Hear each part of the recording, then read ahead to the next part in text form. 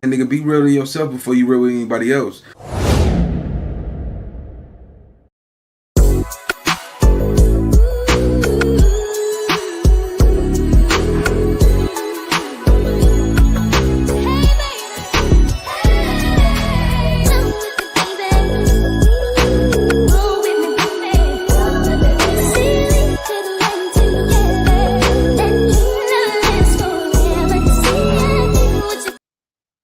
YouTube, what's the big old deal, man? It's your favorite hood partner, Big Nina Boy. We back cracking with another reaction.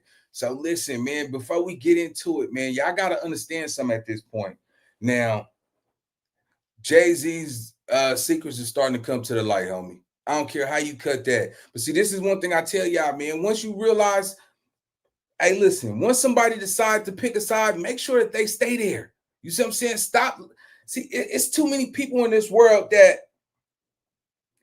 they the one who started the problem, or they the reason why y'all fell out, and they disappear and come back and act as if they never did nothing to you. Now, this friendship between Diddy, Jay-Z, R. Kelly, it's a triangle effect, homie. Y'all gotta understand something. So I've been going down this rabbit hole, and then it started to like open up doors where it came out that Aaliyah had an uncle by the name of Barry Hankerson, right? He found he was awarded $90 million for Aaliyah's death.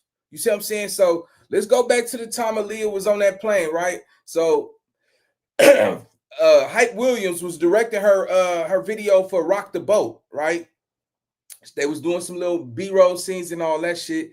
They told her that, you know, she wanted to get in and get out. She was supposed to do it in Miami. They end up the day before the shoot. They said, "Nah, you know what? Change of plans. We're not gonna do it in Miami. We gonna do it in the Bahamas."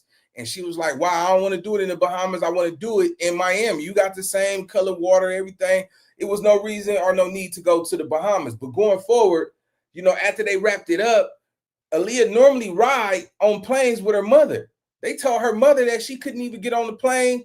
They let a dude who had his license was suspended. His pilot's license was suspended. They said he even falsified a fake current one just to fly that plane, right? So this means that whoever that put that plane, somebody who had that plane, this little ran down little paper plane, somebody ordered that plane. This is what I'm thinking, right?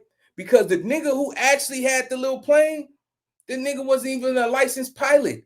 And he was drunk, not to mention that they already had concerns that that plane was overweight. You see what I'm saying? They still put that girl on that plane knowing that it was overweight. It was too heavy. So they gave her some type of pill or something, put her to sleep so she can get out there. Next thing you know, her mama couldn't get on the plane. She never flew anywhere without her mama. All of a sudden, Aaliyah died. So DMX, let's get it on. You know what I'm saying? He's exposing, you know, the industry, man. This is one thing I respect about DMX. He wasn't no, you know, no neutral type of dude. The dude was literally the same type of person. You got the same results. Yeah, he might have. Look what happened. The industry crashed him out to crack cocaine. You see what I'm saying? Blowing on that bass rock. That nigga was blowing on that shit because he had to nigga bite his teeth on everything that was going on with that industry. So with that being said, man, we got DMX exposing Diddy and Jay-Z. Let's go. 5, 4, 3, 2, 1. Let's get it.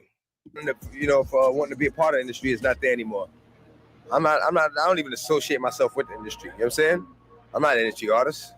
I'm an artist in the industry. Ever since this entire Diddy mess started with Cassie suing him and then a whole lot of other people coming out of the woodwork with their own horror story against Diddy and people around him, more and more celebs have been named. And one of the names that keeps coming up is that of Jay-Z. Even 50 Cent said that Jay is hiding till the Diddy drama dies down because he doesn't want to be exposed. And now videos of DMX, one of the legendary rappers who was never afraid of exposing the dark secrets of Hollywood, are going viral on Twitter. And in several such videos, DMX literally tried to warn us about Diddy and Jay-Z's nasty dealings. If you want to rap or sing or whatever, don't become a part of the game.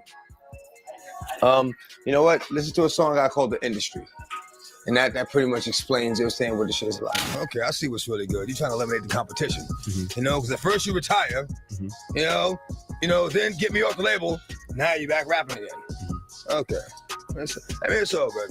It's all good. But then he made him jiggy and put him in suits and made them write lyrics for him and took all that publishing and DMX supposedly went after Diddy for allegedly manipulating and controlling his artists, and Jay-Z for dipping his toes and becoming friends with the shady big shots in the industry, the people behind the curtain that control everything. Puff told Craig Mott if he didn't change management, he wasn't with him no more.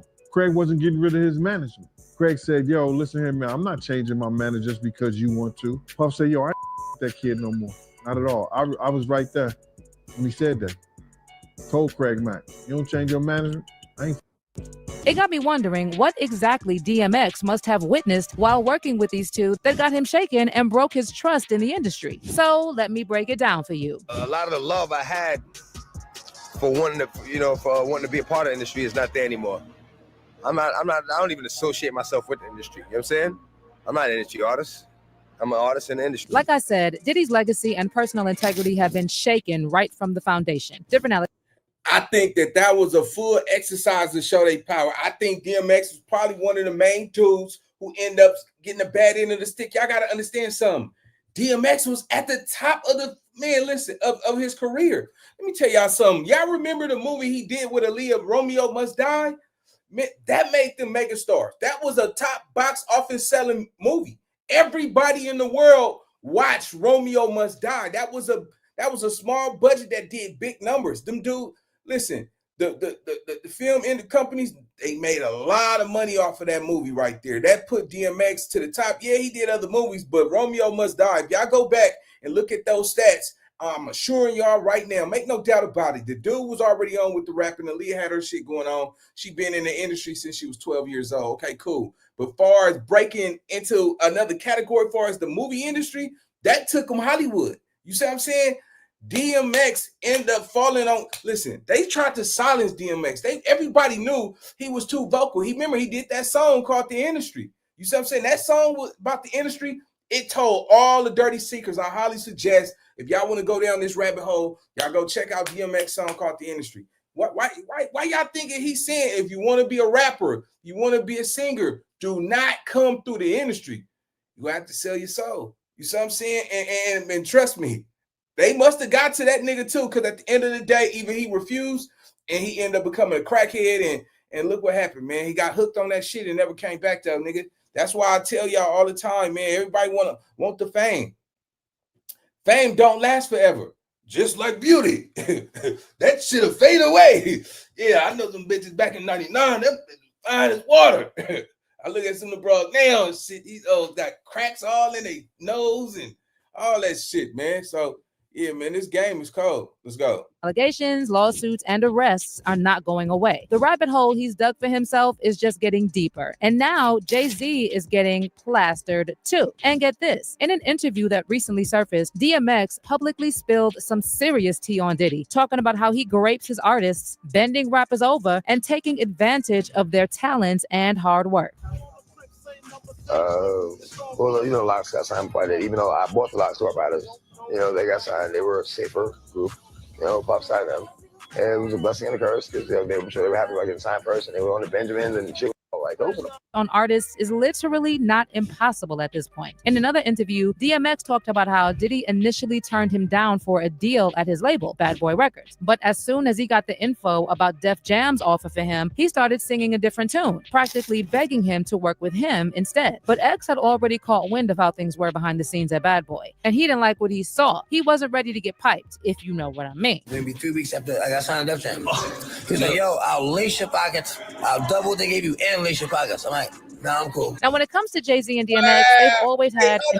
Man, them niggas, boy. Damn, look how they did DMX, though, man. Come on, man. Y'all remember, what was that song? How's Going Down. Remember Keisha and Lisa and Tammy, Tamika. Remember Keisha, Lisa, Tammy, Tamika. Man, look how, hey, listen, gang. Look how, I want y'all to listen to it, how his voice is, man. DMX had that, oh, that shit, nigga, that shit, hurt a nigga temple right here. He had that shit. Man, look how he sound, gang. That's man. And this was the industry.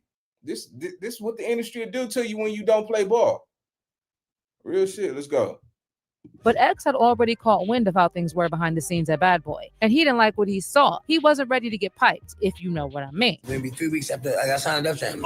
He's like, yo, I'll lace your pockets. I'll double what they gave you and lace your pockets. I'm like, nah, I'm cool. Now, when it comes to Jay-Z and DMX, they've always had an entangled history because they came up around the same time in the late 90s. And while they may have been cool at some point, things got heated up really quickly. Jay did publicly show respect to X after he passed away, but there's this lingering feeling that there's so much more to their history. Broken trust, for one. X allegedly thought Jay was a shady character, the type of person who doesn't want anyone else to outshine him because he's scared of the competition. He even went as far as accusing Jay of becoming Def Jam's president solely to meddle with his 6th album and ruin his career. Of course, Jay-Z never owned up to that move, but what made it weird was that right after X passed away on April 19th, 2021, Jay went on LeBron's show, The Shop, where he was asked about DMX's legacy and what he meant to him personally. There he talked about how he boycotted his first Grammy win for DMX and how much respect he had for him, and how despite their maintaining their competitive edge over the years, it was all love. Just about like what he meant to the culture and maybe meant to you personally. By the way, the first time I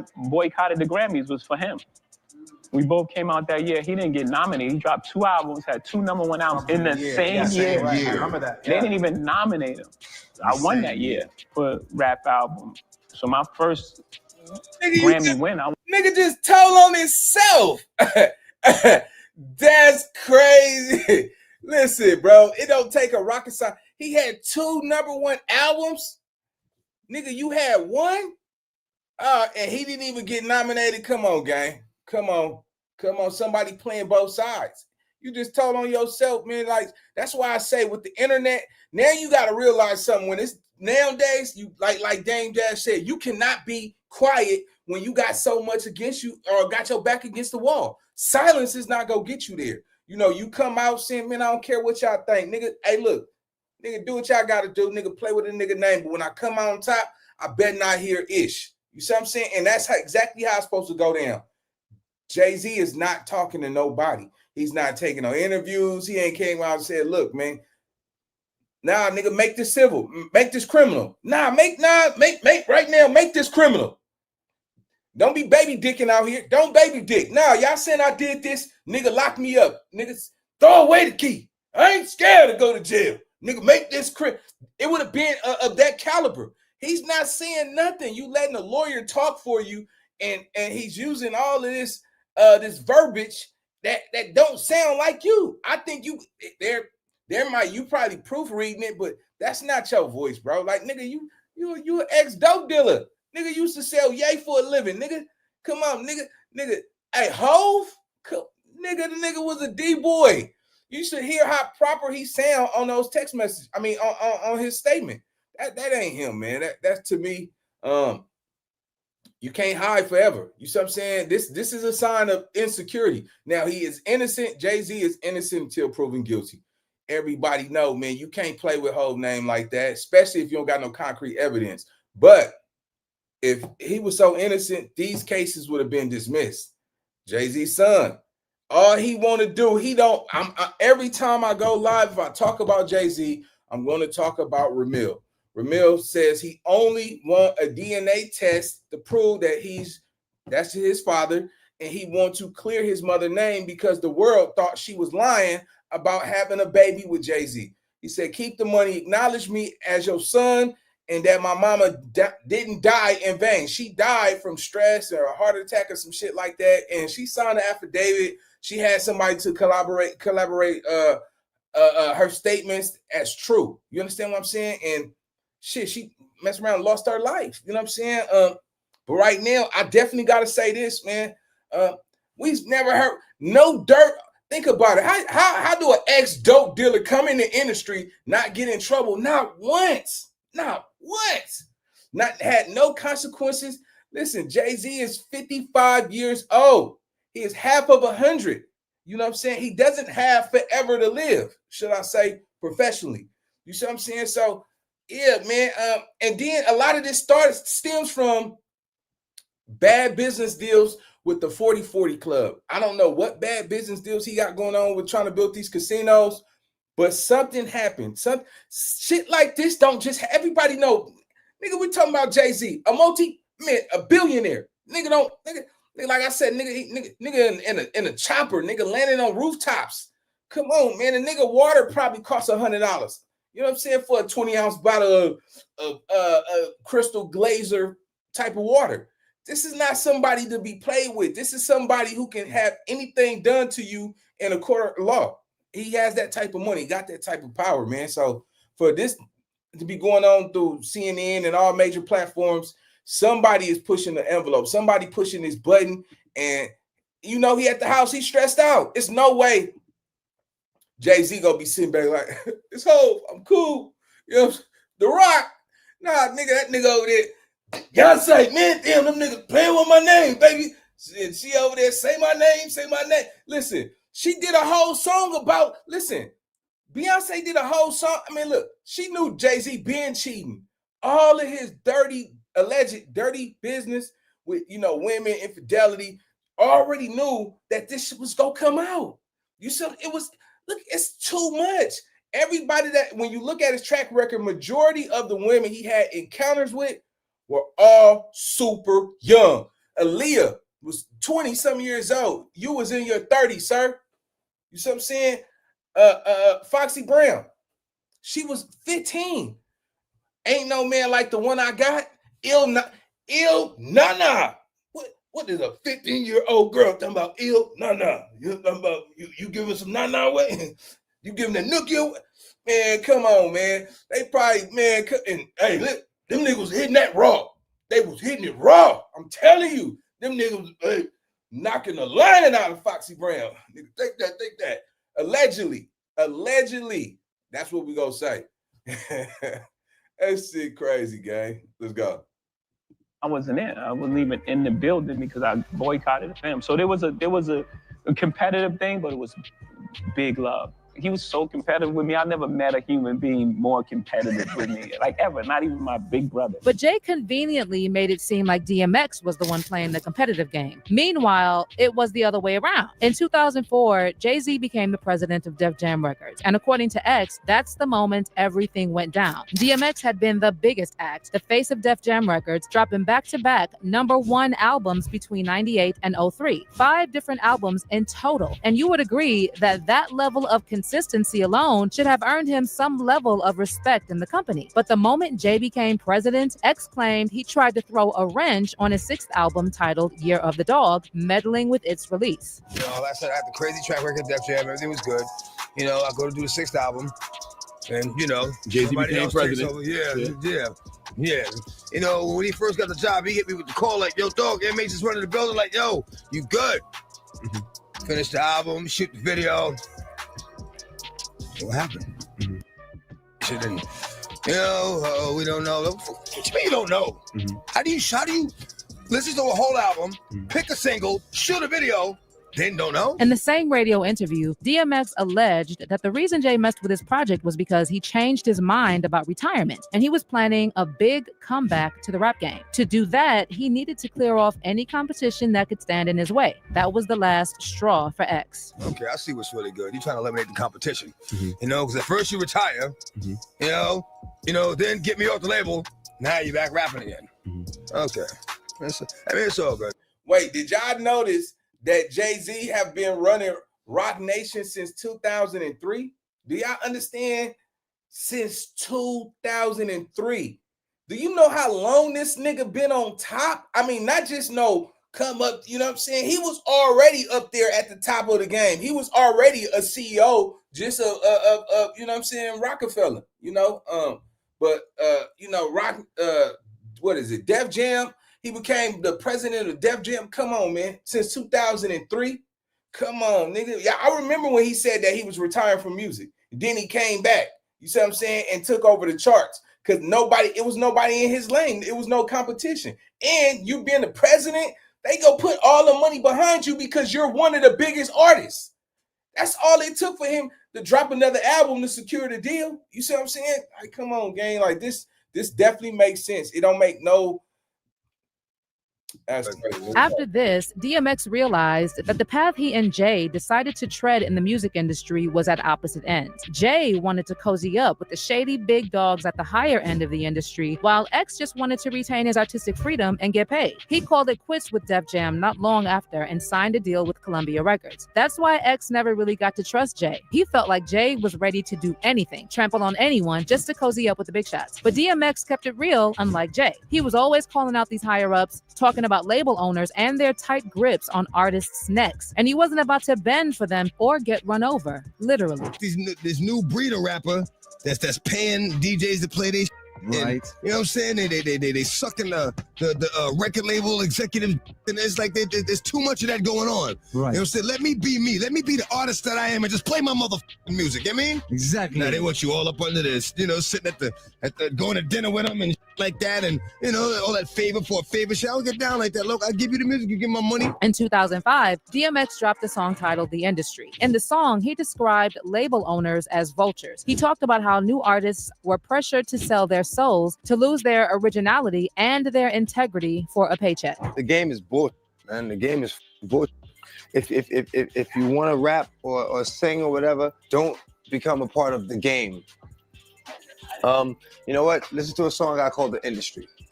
And that pretty much explains, you know what I'm saying, what the shit is about. The industry. Man, it's not the same. The industry. It's not a fucking game. The industry. Real is dying to get in the industry just to find they don't fit in.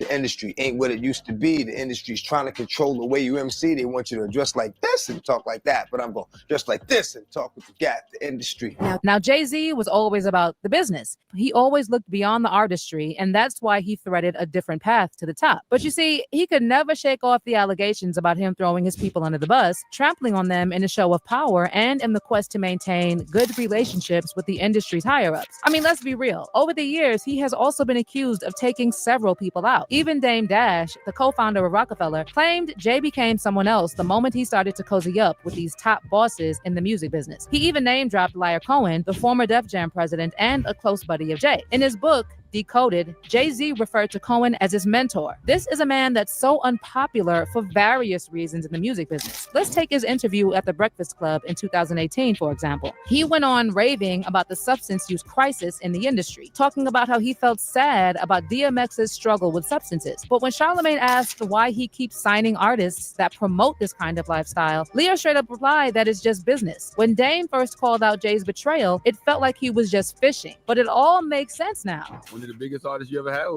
had a real bad drug problem, DMX. I'm so sad. It's the most dangerous thing that's facing our society. So why sign an artist that would promote that?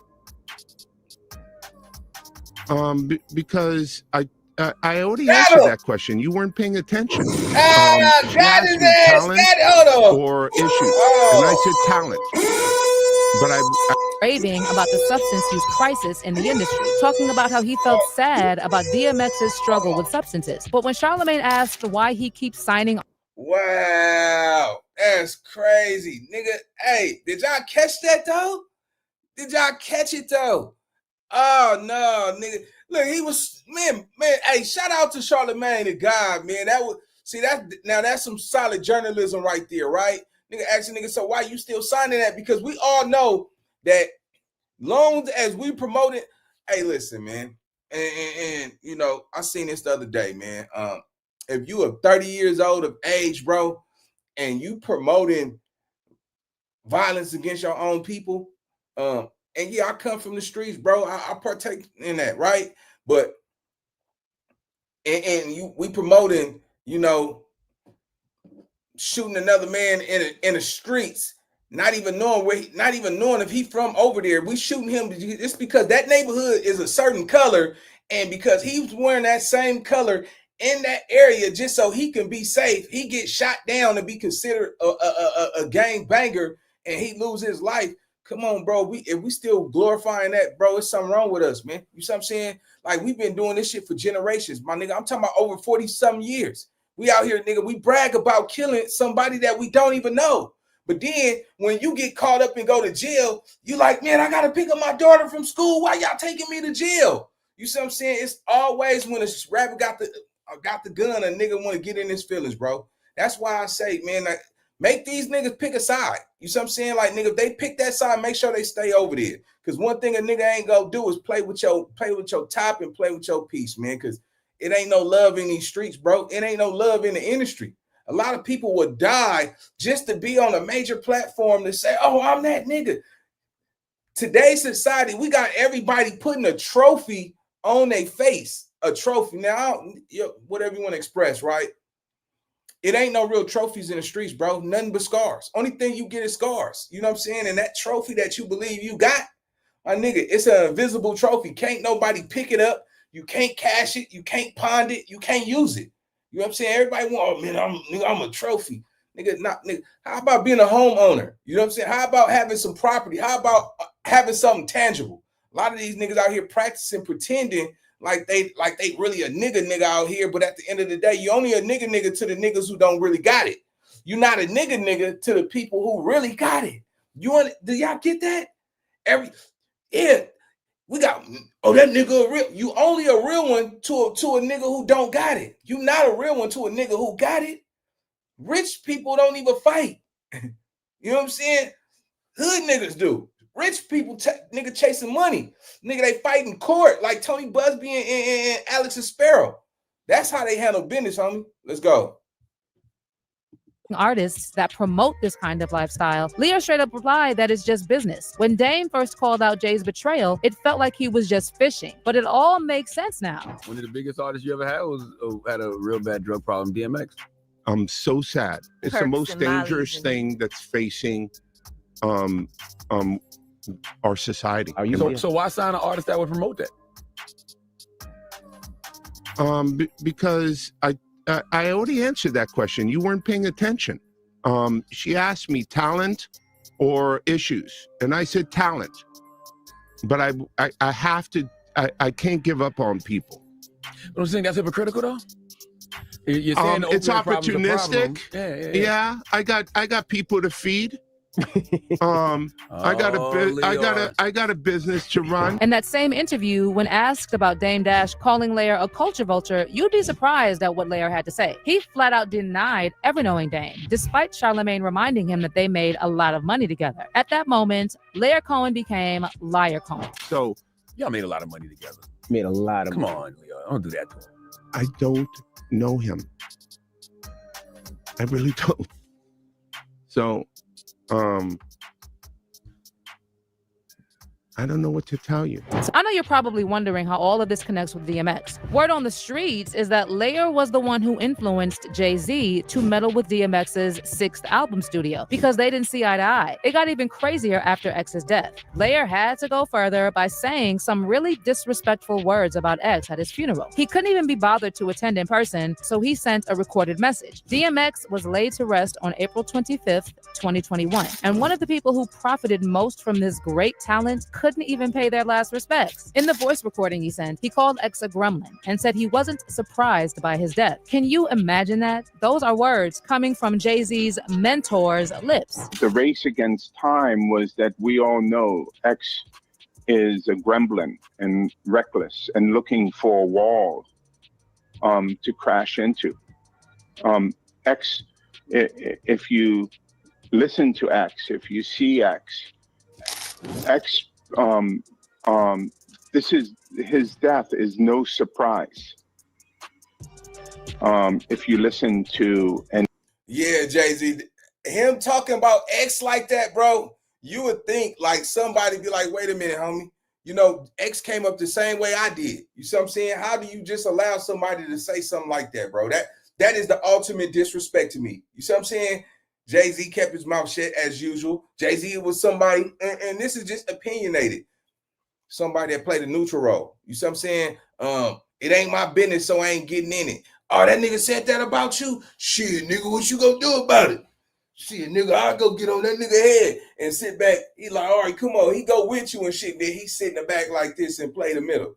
You see what I'm saying? That right there, bro, you can't trust him. Never trust somebody who's always neutral. You see what I'm saying? Because if you fuck with them, you better duck with them. That's my whole motto, nigga. If you know, if them niggas talking about taking my life, or a nigga want to cause me harm, but you in the middle, niggas, Nigga, stay over there. Stay over there, bro. You better off just, hey man, I'm, you know, you might as well be leaving. Get up out of here. You see what I'm saying? If you will pick a side and try to play neutral, bro, dead homies, nigga. If you fuck with them, nigga, you better duck with them. Because when it crack off, nigga, if you get hit, nigga, that's on you too. And it just looks like that. These words come out of his mouth is crazy to me, man. I didn't even know this took place. Let's go. And you watched who and what X was.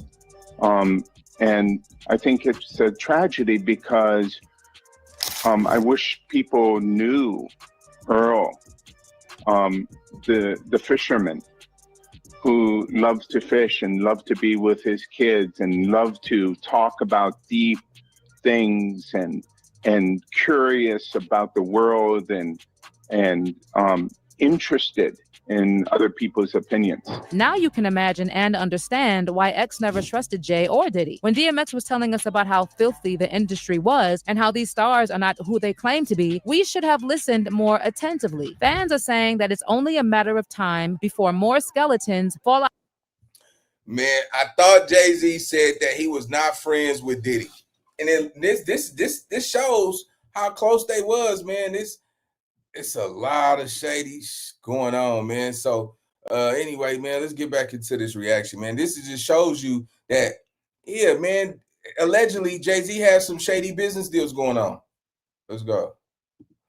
Now, this is the Aaliyah mystery, death of mystery right here. Let's get it. Honey, I'm sure J. Cole didn't expect to be trending on social media, but he is, courtesy of his song, Kanye West interrupted Taylor Swift to declare that Beyonce... Honeybook completely changed how I do business. I'm a photographer and independent business. It's a fact. We appreciate that, and all us artists here, we fucking adore you. You are...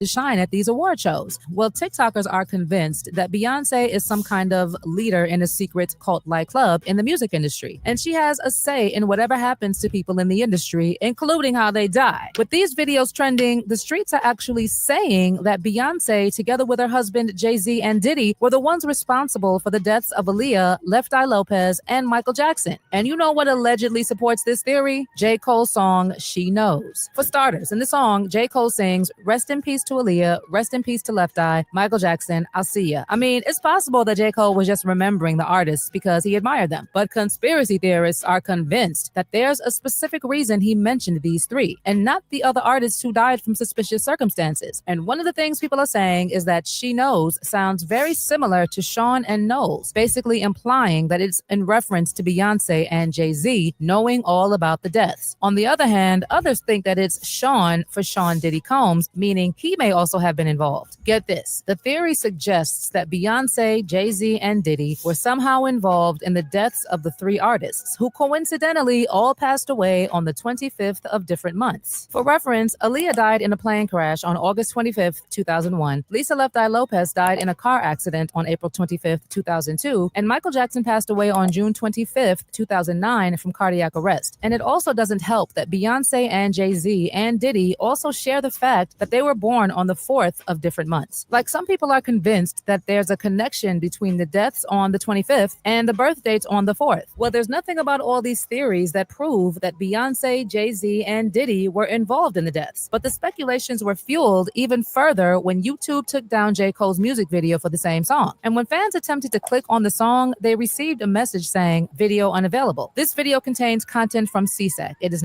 Wow. And look, that was 230. Oh my God, 37. Oh my God, bro. Come on, man. Come on, man. Look at that, man. That's crazy, gang. The signs is right in front of our face, man. And once again, these people are innocent until proven guilty. So I'm not gonna claim to say that, you know, this is just factual, but hey, man, it's some conspiracy theorists out there, it's some journalists out there that could really connect the links, man. And so somebody, if y'all want to go look up that song, go ahead and look it up. It's right there. Let's go. is not available in your country. Again, people were saying that it's hella suspicious. But guys, this wasn't the only song that was taken down. Several videos from various artists, past and present, were removed from the platform because YouTube and CSAC were yet to renew their expiring contracts. In fact, artists like Nicki Minaj and Beyonce, who CSAC doesn't represent, had videos pulled due to the visuals being a collaboration with a CSAC musician or songwriter. YouTube even released a statement detailing the good faith negotiations with CSAC, saying, "We have held good faith negotiations with CSAC to renew our existing deal. Unfortunately, despite our best efforts, we were unable to reach an equitable agreement before its expiration. We take copyright very seriously, and as a result, content represented by CSAC is no longer available on YouTube in the US. We are in active conversations with CSAC and are hoping to reach a new deal as soon as possible." So nothing concrete there really, but people still insisted that Hove and Beyonce may have been somehow involved with YouTube taking down the video as a way of deleting receipts that linked them to the deaths. People even pointed out how, about Aaliyah, we have had quite a few people saying that Jay-Z possibly knew about what happened to her. Why they fell out. And, you know, And I that had Jay-Z forgotten that. knew about what happened to Aaliyah. Right. Exactly. I mean, I didn't think about that, but yeah, it's like, here is this guy who was in love with this girl, and now your business partner is doing a project on your label with a guy that essentially raped your girl, and like, yo. Now, we know that Aaliyah died alongside 8 others after a plane destined for Miami crashed less than a minute after takeoff in the Bahamas. And after the plane crashed, there were reports that the small plane exceeded its maximum weight limit by several hundred pounds, which would have made the plane harder to control once it got into the air. Now, they knew that. Hey, listen, catch this game, Joe, man. Listen, when you're flying a plane, you know if the plane is too heavy before you take off. You see what I'm saying? If y'all look at that plane, man, come on, man. That's a bus plane right there, man. But listen, not even to mention the shady that took place. Y'all remember R. Kelly married Aaliyah, right? He married Aaliyah so she cannot testify against him in court. Because once that's your wife, she cannot testify against you in court. But not to mention, Aaliyah was pregnant with R. Kelly baby. You see what I'm saying? She had to get an abortion. Like all of that type of shit, nigga. And here comes Jay-Z, you trying to have at her. Mind you, you was already friends with R. Kelly, so you seen a relationship.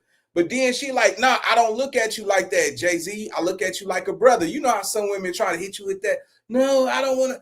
Maybe because she knows she ain't really right down there and she don't want to fumigate some shit. Shit. Yeah. Talk about you a bad bitch, man. It smells bad in here.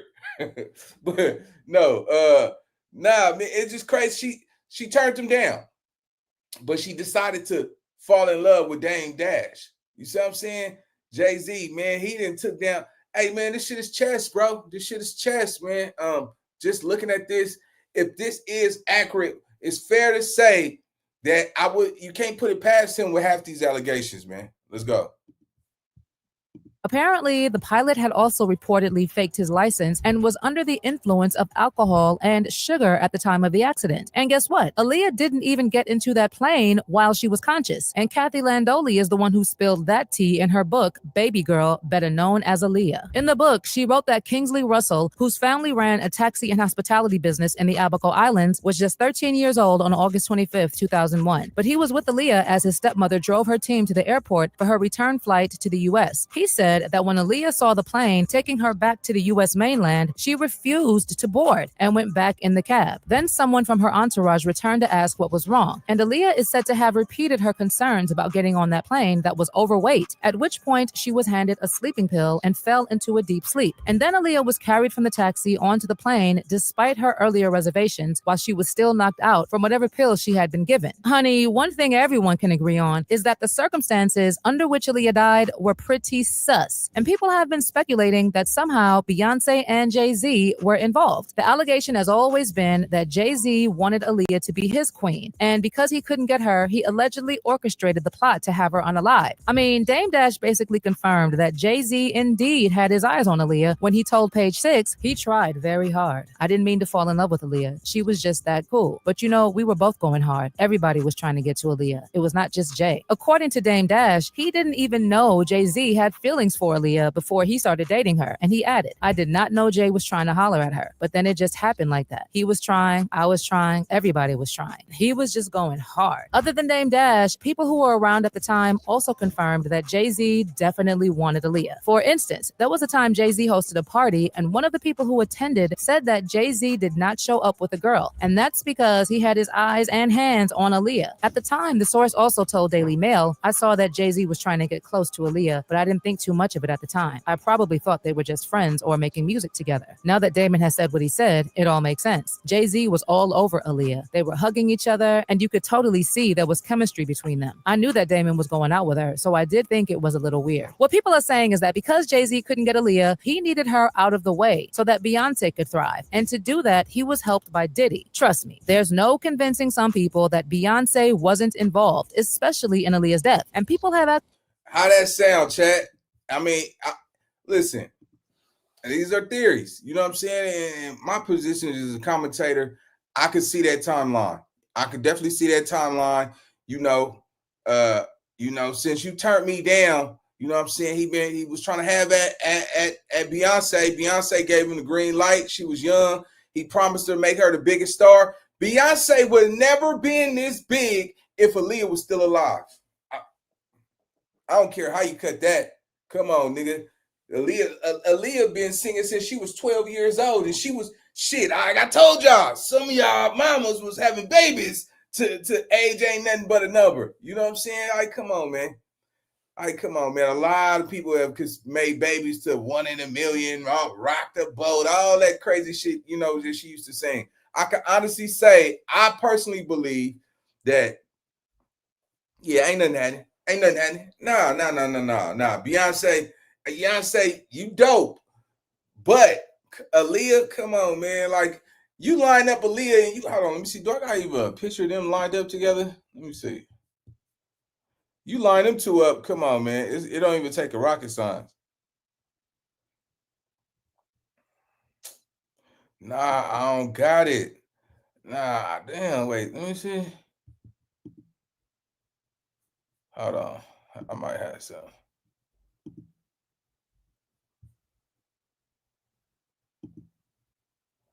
Man, Aaliyah was, man, come on, man.